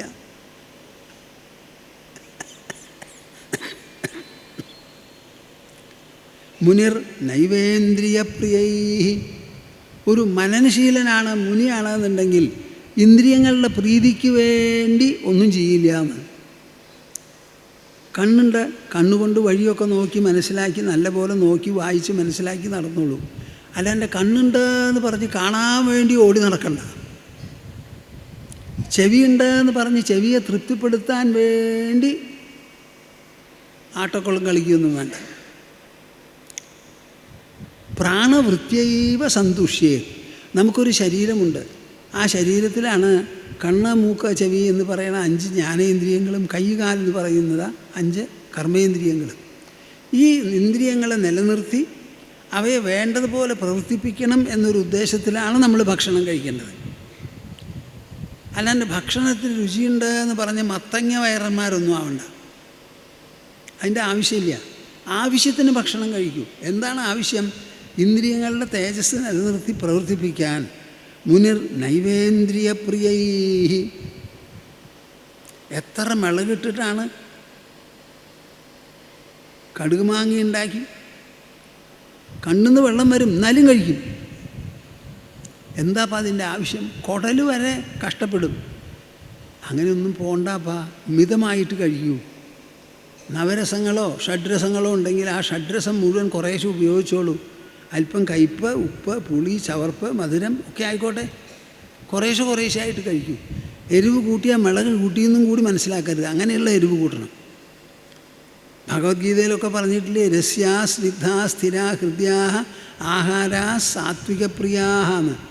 അങ്ങനെയുള്ള സാത്വിക ആഹാരം വളരെ രസ്യാഹ സ്നിഗ്ധാഹ സ്ഥിരാഹ ഹൃദ്യാഹ, എല്ലാ ഗുണങ്ങളും അതിനുണ്ട്. ഭക്ഷണം കഴിച്ചാൽ വളരെ സന്തോഷമായിരിക്കും. കുറച്ച് മണിക്കൂറുകൾക്ക് അതിൻ്റെ സാരാംശം നമ്മുടെ ഉള്ളിൽ നിലനിൽക്കും. നല്ല തൃപ്തിയോടുകൂടി ഉത്സാഹത്തോടുകൂടി ജോലി ചെയ്യാം. ഭക്ഷണം കഴിച്ച ഉടനെ കിടക്കണമെന്ന് തോന്നിയാൽ എങ്ങനെയാണ് പറ്റുക? അത് വയറധികം വീർത്തിട്ടാണ്. മുനിർ നൈവേന്ദ്രിയപ്രിയൈ ജ്ഞാനം യഥാനശ്യേത നാവകീര്യേത വാങ്മനഃ. ഈ ഭക്ഷണം കഴിക്കുന്നതിൻ്റെ ഉദ്ദേശം എന്താ? നമ്മുടെ അറിവ് സമ്പാദിക്കാനാണ് മനുഷ്യജീവിതം. ആ അറിവ് സമ്പാദിക്കുന്നതിനും തേടുന്നതിനും വിഷമം ഉണ്ടാക്കരുത് ഭക്ഷണത്തിനാൽ. നാവകീര്യേത വാങ്മനഃ, നമുക്ക് നല്ല പോലെ നാവ് ഉപയോഗിച്ച് സംസാരിക്കാനും മനസ്സുപയോഗിച്ച് ചിന്തിക്കാനും പറ്റണം. അതിന് പറ്റിയ ഭക്ഷണം, അതാണ് ഈ സാത്വിക ഭക്ഷണം. സാത്വിക ഭക്ഷണം എന്ന് പറയുന്നത് മനസ്സും ബുദ്ധിയും നമുക്ക് ചിന്തിക്കാൻ പറ്റണം. ഊണ് കഴിഞ്ഞ ഉടനെ കിടക്കണം എന്ന് തോന്നിയാൽ എന്താ അതിനർത്ഥമുള്ളത്? അങ്ങനെ കിടക്കാൻ പറ്റുമോ? ജോലി സ്ഥലമൊക്കെ ഉള്ളതല്ലേ. അപ്പോൾ നല്ല പോലെ ആലോചിക്കണം. നാവകീര്യേത വാങ്മനഃ പ്രാണവൃത്യൈവ സന്തുഷ്യേത് മുനിർ നൈവേന്ദ്രിയപ്രിയൈ ജ്ഞാനം യഥാനശ്യേത നാവകീര്യേത വാങ്മനഃ. ശങ്കരാചാര്യ പറയുക, ക്ഷുത് വ്യാധിശ്ച ചികിത്സ്യതാം. എന്താ അതിനർത്ഥം? നമ്മുടെ ഭക്ഷണം ഒരു മരുന്നാണ്. എന്തിനുള്ള മരുന്നാ? വിശപ്പ് എന്ന് പറയുന്ന രോഗത്തിനുള്ള മരുന്നാ. അപ്പം മരുന്ന് കഴിക്കുമ്പോൾ നിങ്ങൾ എങ്ങനെയാണ് കഴിക്കുക? വാരിത്തിന്നോ? ഒരു ഔഷധം എന്നുള്ള നിലയ്ക്ക് സൂക്കേട് എത്ര വന്നോ അതിന് ആവശ്യം അനുസരിച്ച് 500 മില്ലിഗ്രാംസോ 250 മില്ലിഗ്രാംസോ ഒക്കെയാണ് നോക്കി കഴിക്കുക. അതേപോലെ വിശപ്പ് എന്ന് പറയുന്നതും ഒരു രോഗമാണ്. അതിന് മരുന്ന് എന്നുള്ള നിലയ്ക്കാണ് ഭക്ഷണം. അപ്പോൾ ആ ഭക്ഷണത്തെ ക്ഷുത് വ്യാധിശ്ച ചികിത്സ്യതാം, ഒരു വ്യാധിയാണെന്ന് വിചാരിച്ച് ചികിത്സിച്ചോളൂ. അമിത ഭക്ഷണം കഴിക്കരുത്. അമിത ഭക്ഷണം മനുഷ്യനെ കൊല്ലുക വരെ ചെയ്യും. അപ്പം മിതമായ ഭക്ഷണം. എനിക്ക് വയറ്റിന് നല്ല വിഷമുള്ള ആളായിരുന്നു എൻ്റെ ചെറുപ്പകാലത്ത്. ഞാൻ വളരെ ബുദ്ധിമുട്ടിയിട്ടുണ്ട്. വയറിങ്ങനെ തുറന്ന് ആ അഷ്ടയ്ക്ക് ഇങ്ങോട്ട് എടുക്കണം എന്നൊക്കെ എനിക്ക് തോന്നും. അപ്പോൾ പല ചികിത്സയൊക്കെ നടത്തി കാര്യത്തിന് പ്രയോജനമൊന്നും ഉണ്ടായില്ല. തൃശ്ശൂരിലെ കസ്തൂരി ശങ്കരമേനോൻ എന്നൊരു ഐ ഡോക്ടർ ഉണ്ടായിരുന്നു. അദ്ദേഹം നമ്മുടെ ശിഷ്യനാണ്. ഒരു ദിവസം പറഞ്ഞു, സ്വാമിജി, ഡോക്ടർമാർ പലതും പറയും, അതൊന്നും കേൾക്കണ്ട. ഞാനൊരു കാര്യം പറയാം. കനപ്പെട്ട 2 ഭക്ഷണത്തിനിടയിൽ ചുരുങ്ങിയത് 5 മണിക്കൂറെങ്കിലും കൊടുക്കണമെന്ന്. കനപ്പെട്ടതെന്ന് വെച്ചാൽ എന്താ? Solid food. ഒരു ഗ്ലാസ് വെള്ളം കുടിക്കാം, നനുത്ത എന്തെങ്കിലും ഡ്രിങ്കും ആവാം. 2 സോളിഡ് ഭക്ഷണങ്ങൾക്കിടയിൽ 5 മണിക്കൂർ. ആ ദിവസം മുതൽക്ക് ഞാൻ 5 മണിക്കൂർ പാലിച്ചു. ഇന്നും അത് പാലിക്കുന്നുണ്ട്. എൻ്റെ വയറ്റിൻ്റെ എരിവ മാറി. എന്തു പറയണു നിങ്ങൾ?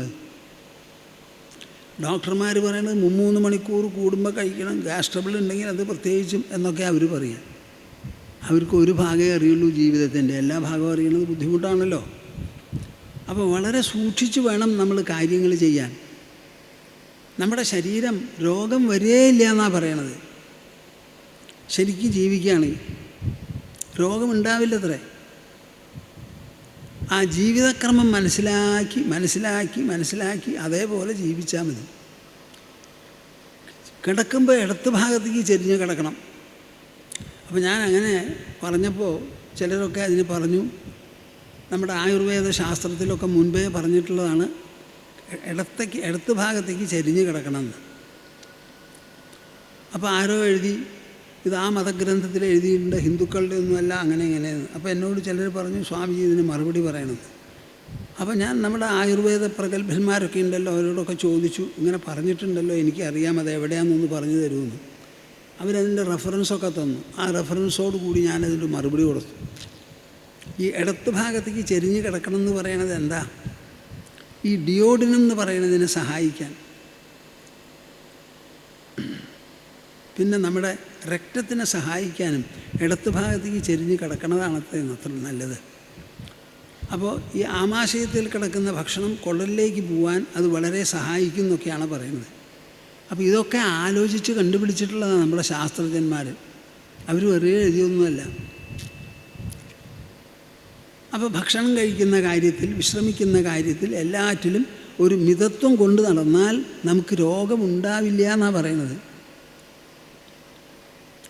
അപ്പോൾ അരോഗദൃഢഗാത്രനായി നമുക്ക് ജീവിക്കാൻ പറ്റും. ഞാനിത് പറയാൻ എന്താ കാരണം? ആലത്തൂർ നമ്പി തൊഴാൻ പോകുന്ന സമയത്ത് ഒരു ദിവസം മുകളിലിരുന്ന് 2 പക്ഷികൾ ഇങ്ങനെ ചലിച്ചുകൊണ്ടിരുന്നു അത്രേ. ആദ്യത്തെ ദിവസം ശ്രദ്ധിച്ചില്ല. 2ാമത്തെ ദിവസം പിന്നെയും പറയണ കേട്ടപ്പോൾ ശ്രദ്ധിച്ചു. അപ്പോൾ എന്താ? കോരുഖ് കോരുഖ് കോരുഖ് കോരുഖ് എന്നാണ് പറയണത്. എന്താ അതിനർത്ഥം? ആരാണ് രോഗമില്ലാത്തവൻ? ആരാണ് രോഗമില്ലാത്തവൻ ആരോഗ്യമുള്ളവൻ? അപ്പോൾ അദ്ദേഹം അതിനൊരു ശ്ലോകമുണ്ടാക്കി പറഞ്ഞു. ആ പറഞ്ഞതിൽ ഇതൊക്കെ പറഞ്ഞിട്ടുണ്ട്. ഇടത്ത് ഭാഗത്തേക്ക് ചെരിഞ്ഞ് കിടക്കണം, അത്താഴം കഴിഞ്ഞാൽ അരകാതം നടക്കണം, മുത്താഴം കഴിഞ്ഞാൽ മുള്ളിന്മേൽ കിടക്കണം എന്നൊക്കെ ചില പ്രമാണങ്ങളുണ്ട്. അപ്പോൾ ആരോഗ്യം എന്ന് പറയുന്നത് വളരെ പ്രധാനമാണ്. ഭക്ഷണത്തിൽ നിന്നാണ് ഈ ശരീരം ഉണ്ടായിട്ടുള്ളത്, നിലനിൽക്കുന്നത്. ആ ഭക്ഷണമാണ് ഈ രോഗത്തെ ഉണ്ടാക്കുന്നതും ഇല്ലാതെയാക്കുന്നതും. ഇപ്പോൾ പുതിയ ഒരു ചികിത്സാ വിഭാഗം രൂപപ്പെട്ടിട്ടുണ്ട്. എന്താ? ഭക്ഷണത്തിനെ വേർതിരിച്ച് മനസ്സിലാക്കി അരുതാത്ത ഭക്ഷണം ഒഴിവാക്കിയാൽ മാറാത്ത രോഗമില്ല എന്ന്. ഇന്ത്യ രാജ്യത്തിൽ അതിന് പ്രചാരം വേണ്ടത്ര കിട്ടിയിട്ടില്ല. അതും രക്തം പരിശോധിച്ച് കണ്ടെത്താൻ ചില വഴികളുണ്ട് അത്രേ അമേരിക്കയിൽ. അപ്പോൾ ഇതൊക്കെ നിങ്ങളെല്ലാവരും മനസ്സിലാക്കണം. വിഷയേഷു ആവിശൻ യോഗി നാനാധർമ്മേഷു സർവതഃ ഗുണദോഷവ്യപേതാത്മാ ന വിഷജ്ജേത വായുവത്. അപ്പോൾ എന്തായി? ഭൂമിയായി, പർവ്വതമായി. ഇനി വായുവിൽ നിന്ന് ഞാൻ പഠിച്ചത് എന്താ? പഞ്ചഭൂതങ്ങളിൽ പെട്ടതാണല്ലോ. വിഷയേഷ്വാവിശൻ യോഗി നാനാധർമ്മേഷു സർവതഃ ഗുണദോഷവ്യപേതാത്മാ ന വിഷജ്ജേത വായുവത്. ഈ ലോകത്തിൽ നിങ്ങൾ ജീവിക്കുന്നുണ്ടോ? നിസ്സംഗത പഠിക്കണം. എന്താ പറഞ്ഞേ? നിസ്സംഗത. പറയൂ. നിസ്സംഗത, നിസ്സംഗത്വം പഠിക്കണം. കല്യാണം കഴിക്കുന്നുണ്ടോ? നിസ്സംഗമായിരിക്കാൻ പഠിക്കും. കുട്ടികളുണ്ടാവുന്നുണ്ടോ? നിസ്സംഗരാകാൻ പഠിക്കും. ഉദ്യോഗം ഭരിക്കുന്നുണ്ടോ? എപ്പോൾ വേണമെങ്കിൽ പറഞ്ഞേക്കാം, നിസ്സംഗരായിരിക്കാൻ പഠിക്കും. ആ നിസ്സംഗത്വം നാം പഠിച്ച് നേടിയെടുക്കേണ്ട ഒരു നേട്ടമാണ്. വിഷയേഷു ആവിശൻ യോഗി നാനാധർമ്മേഷു സർവതഃ. ഈ ലോകത്തിൽ നമ്മളിങ്ങനെ ജീവിക്കുമ്പോൾ പല വിധത്തിലുള്ള വസ്തുവിശേഷങ്ങളുണ്ടാവും. അതൊക്കെ നമുക്ക് ഉൾക്കൊള്ളേണ്ടി വരും, വിട്ടുകളയേണ്ടി വരും, മേടിക്കണം, എല്ലാം ചെയ്യേണ്ടി വരും. അതിന് ഓരോന്നിനും ഓരോ തരത്തിലുള്ള ധർമ്മവിശേഷങ്ങളും ലക്ഷണങ്ങളുമൊക്കെയാണ്. ഗുണദോഷവ്യപേത ആത്മാ ന വിഷജ്ജേത വായുവത്. ഗുണം ദോഷം എന്ന് രണ്ടെണ്ണമുണ്ട്. ഈ രണ്ടെണ്ണം എത്ര കാലം നിൽക്കും? എന്താ വേണ്ടത്? അവസാനം നമ്മൾ ഗുണദോഷ വ്യപേതാത്മാ, ഗുണദോഷ വ്യപേതാത്മാ. എന്താ അതിനർത്ഥം? ഗുണം ദോഷം എന്ന രണ്ടിനെയും നമുക്ക് കവച്ചു വയ്ക്കാൻ സാധിക്കണം. തുടക്കത്തിൽ ഗുണമുണ്ടാവും, ദോഷമുണ്ടാവും. അത് കഴിഞ്ഞാലോ ഇത് രണ്ടും ആവശ്യം വരില്ല. ഉഭയാതീതന്മാരാവണം. ഞാൻ അതിനെപ്പറ്റി പറയുണ്ടായി ആ ഭാഗം എടുക്കുമ്പോൾ. ദോഷബുദ്ധ്യോ ഭയാതീതോ നിഷേധാന്ന നിവർത്തതേ ഗുണബുദ്ധ്യാച വിഹിതം ന കരോതി യഥാർഭക എന്ന് കൃഷ്ണൻ ഓൾറെഡി ഉപദേശിച്ചു കഴിഞ്ഞു ഉദ്ധവന്. അപ്പം ഗുണദോഷം വ്യപേതാത്മാവായി ന വിഷജ്ജേത വായുവത്. വായുവിനെ നോക്കൂ ഉദ്ധവ, എവിടെയാ ഈ വായു? എല്ലായിടത്തുമുണ്ട്. ഭൂമിക്ക് ചുറ്റും വായുവാണ്. ആ വായു എന്ത് ചെയ്യണു?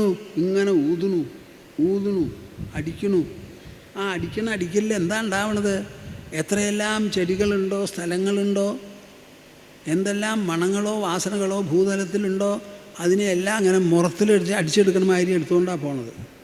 ആ പോണ പോക്കിൽ അതങ്ങനെ കൊണ്ടുപോകണുണ്ടോ? ഇല്ല. ആ പോണ പോക്കിൽ ആദ്യം അതിൻ്റെ ഉള്ളിൽ കയറി കുറേ പോകുമ്പോൾ അതൊന്ന് പുറത്തേക്കും പോയി. വായു തൻ്റെ മാലിന്യം കൊണ്ട് നടക്കണില്ല.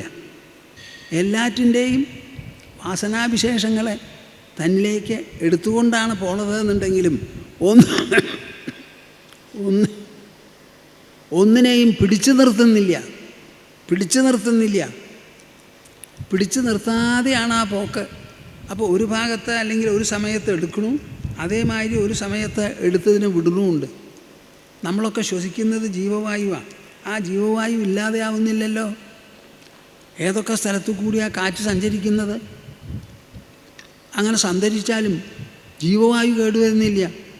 അപ്പോൾ വായു എല്ലാറ്റിനെയും ഉൾക്കൊള്ളുന്നത് പോലെ എല്ലാറ്റിനെയും വിട്ടും കളയുന്നു. ഒന്നിനോടും അതിനൊരു സംഘഭാവമില്ല എന്ന്. ന വിഷജ്ജേത വായുവത്. അതാണ് ഞാൻ പഠിച്ചത്. നിങ്ങൾ കല്യാണം കഴിച്ചോളൂ, ആയിക്കോട്ടെ. കുട്ടികളുണ്ടാവട്ടെ, ആയിക്കോട്ടെ. കുട്ടികൾക്ക് കല്യാണം കഴിഞ്ഞു, ആയിക്കോട്ടെ. അവർക്ക് കുട്ടികളുണ്ടായി, ആയിക്കോട്ടെ. അവർ മാറി താമസിക്കാൻ ഇഷ്ടപ്പെടുന്നു, ആയിക്കോട്ടെ. ഒന്നും വേണ്ടെന്ന് പറയണ്ട. എല്ലാറ്റിനെയും ഉൾക്കൊള്ളുന്നത് പോലെ എല്ലാറ്റിനെയും വിട്ടുകളയാനും നമുക്ക് സാധിക്കണം. എന്താ ഈ ഏകപക്ഷീയത? ഉദ്ധവൻ 30 ചോദ്യങ്ങളാണ് പിന്നീട് ചോദിക്കുന്നത്. അതിനൊക്കെ മറുപടി പറയുന്നു. 8 അക്ഷരത്തിലുള്ള ചോദ്യവും അതേമാതിരിയുള്ള മറുപടിയാണ്. അങ്ങനെ കുറേ ഗുണവും ദോഷമൊക്കെ വർണ്ണിച്ചതിന് ശേഷം അവസാനം കൃഷ്ണൻ കൂട്ടിച്ചേർത്തതാ. എന്താ? ഗുണദോഷ ദൃശിർദോഷോ ഗുണസ്തു ഉഭയവർജിത. ഗുണം ദോഷം എന്നിങ്ങനെ വേർതിരിച്ച് കാണുന്നതും കേൾക്കുന്നതും പിന്തുടരുന്നതുമാണ് ദോഷം. ശരിയായിട്ടുള്ള ഗുണം എന്താ? ഉഭയവർജിത, രണ്ടുമില്ലാതിരിക്കുക. അതേപോലെ വായുവിൻ്റെ കയ്യിലുള്ള ഈ ഗുണം, വായു അനങ്ങാതെ നിൽക്കണില്ല, ചലിക്കാതെ നിൽക്കണില്ല. അതിങ്ങനെ ചലിച്ചുകൊണ്ടിരിക്കുക. ആ പോണ പോക്കിൽ ഉള്ളതെല്ലാം അതിൻ്റെ ഉള്ളിൽ വന്നു ചേരും. ആ വന്നു ചേർന്ന് അവിടെ നിൽക്കില്ല, അവിടെ നിന്ന് ഇങ്ങനെ പോയിക്കൊണ്ടിരിക്കും. അങ്ങനെ തൻ്റെ നൈർമല്യം അത് നിലനിർത്തുന്നു. ഈ മണങ്ങളാൽ വായു ദൂഷിതമാകുന്നില്ല, ദുഷിപ്പിക്കപ്പെടുന്നില്ല. അങ്ങനെ എങ്ങനെ ജീവിച്ചാലും, ആരെല്ലാം നമ്മുടെ കുടുംബത്തിലെ അംഗങ്ങളായി പിറന്നാലും, നമ്മുടെ സുഹൃത്തുക്കൾ നല്ലതാണെങ്കിലും അല്ലാത്തവരാണെങ്കിലും, എന്തൊക്കെയുണ്ടോ എവിടെയൊക്കെയുണ്ടോ അതിലൊക്കെ നാടോടുമ്പോൾ കൂടെ ഓടേണ്ടി വരും. അങ്ങനെയൊക്കെ ചെയ്താലും നിങ്ങൾക്ക് ന വിഷജ്ജേത വായുവത്. വായുവിനെ പോലെ ഒരു തരത്തിലും നിങ്ങൾക്ക് സംഘം സംഭവിക്കരുത്. പാർത്ഥിവേഷ്വിഹദേഹേഷു പ്രവിഷ്ടസ്തദ്ഗുണാശ്രയ ഗുണൈർന യുജ്യതേ യോഗി ഗന്ധൈർ വായുരിവാത്മദൃക്.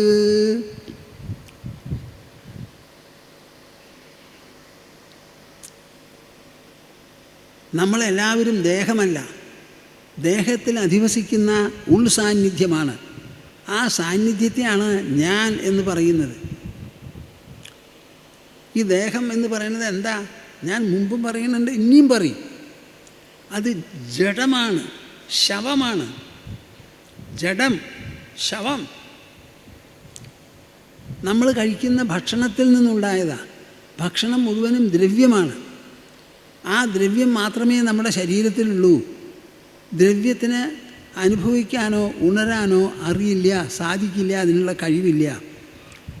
അപ്പം നമ്മൾ കഴിക്കുന്ന ദ്രവ്യഭക്ഷണം കൊണ്ടുണ്ടായ ദ്രവ്യാത്മകമായ ഈ ദേഹത്തിന് ഉണരാനോ അറിയാനോ സാധിക്കുമോ? എന്താ മിണ്ടാത്തേ? സാധിക്കുമോ? ഔ ഔ ആരാ പിടിച്ച് നിർത്തണേ? സാധിക്കില്ല.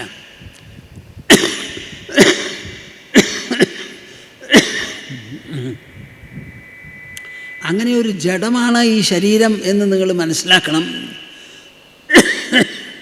എന്നാൽ പിന്നെ നമ്മുടെ അനുഭവങ്ങൾ മുഴുവൻ എങ്ങനെ ഉണ്ടാവുന്നു? മനസ്സിനെ ചൊല്ലി.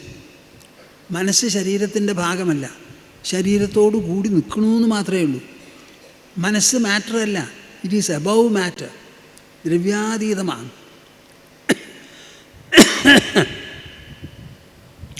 അങ്ങനെ ഞാൻ എന്ന് പറയുന്നത് ഈ ശരീരം ജഡമായ ശരീരമല്ല. ഞാൻ എന്നുള്ളത് ഒരു തോന്നലല്ലേ, ഒരു ഉണർവല്ലേ, ഒരു ജ്ഞാനമല്ലേ, ഒരു ബോധമല്ലേ? ആ ബോധാത്മകമായിരിക്കുന്ന ഞാൻ എങ്ങനെ ദ്രവ്യാത്മക ശരീരമാകും? അവ ശരീരമല്ല.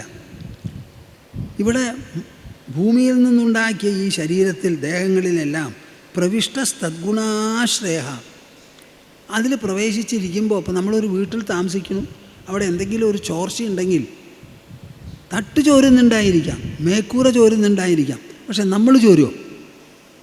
എന്താ മിണ്ടാത്തേ? നമ്മൾ ധരിച്ചിരിക്കുന്ന വസ്ത്രം ഒന്ന് കീറിയെന്ന് വരും, അതുകൊണ്ട് നമ്മൾ കീറുമോ? അതുപോലെ പ്രവിഷ്ടസ്തദ്ഗുണാശ്രയ, വീട് ചോരാം, ധരിച്ച വസ്ത്രം കീറാം, അങ്ങനെയൊക്കെ ഉണ്ടെങ്കിലും ഗുണൈർന യുജ്യതേ യോഗി ഗന്ധൈർ വായുരിവ ആത്മദൃഗ്.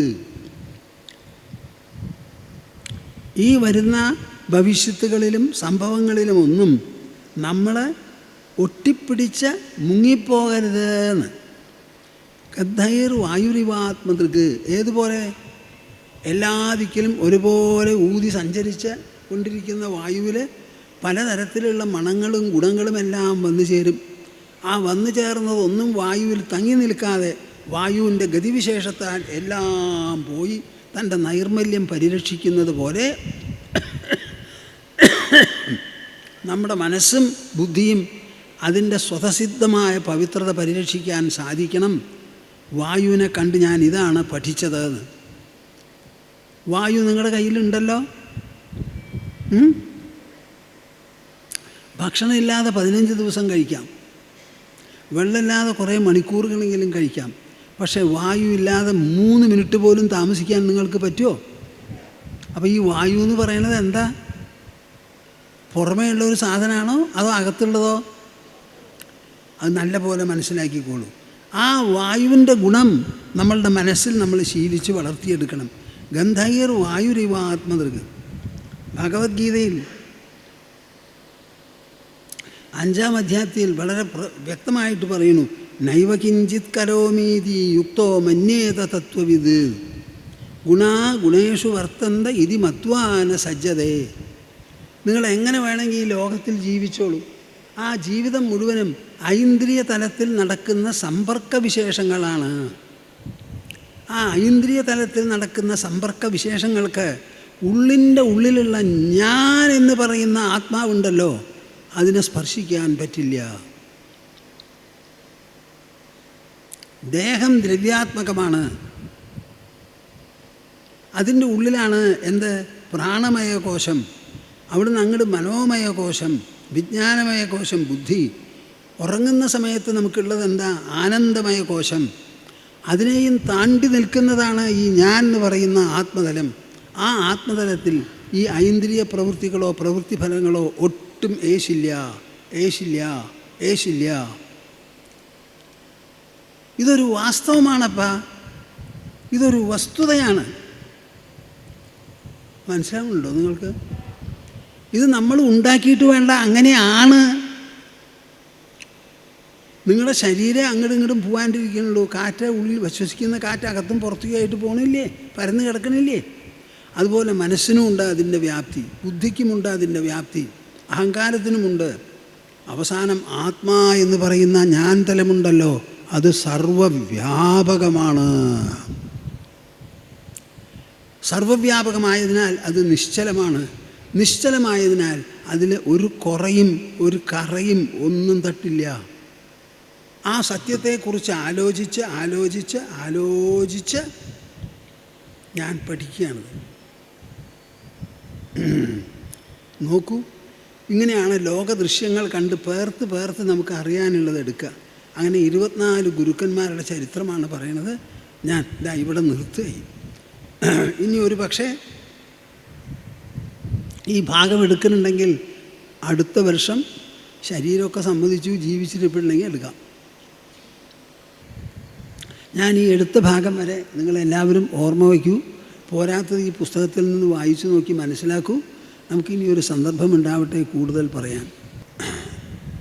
സംവേദ്യവർജിതമനുത്തമമേകമാദ്യം സംവിത്പദം വികലനം കലയൻ മഹാത്മൻ ഹൃദ്യേവ തിഷ്ഠ കലനാരഹിതക്രിയാം തു കുർവൻ അകർത്തൃപദമേത്യ ശമോദിതശ്രീ. കുർവൻ അകർത്തൃപദമേത്യ ശമോദിതശ്രീ. ഹരി ഹരി ഹരി. സമാപന ഓങ്കാരം എല്ലാവരും കൈകോർത്ത് ശരിയായിട്ടിരിക്കൂ. ദാ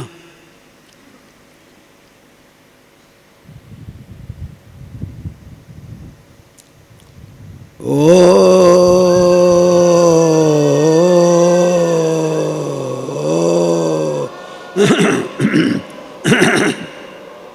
ഓ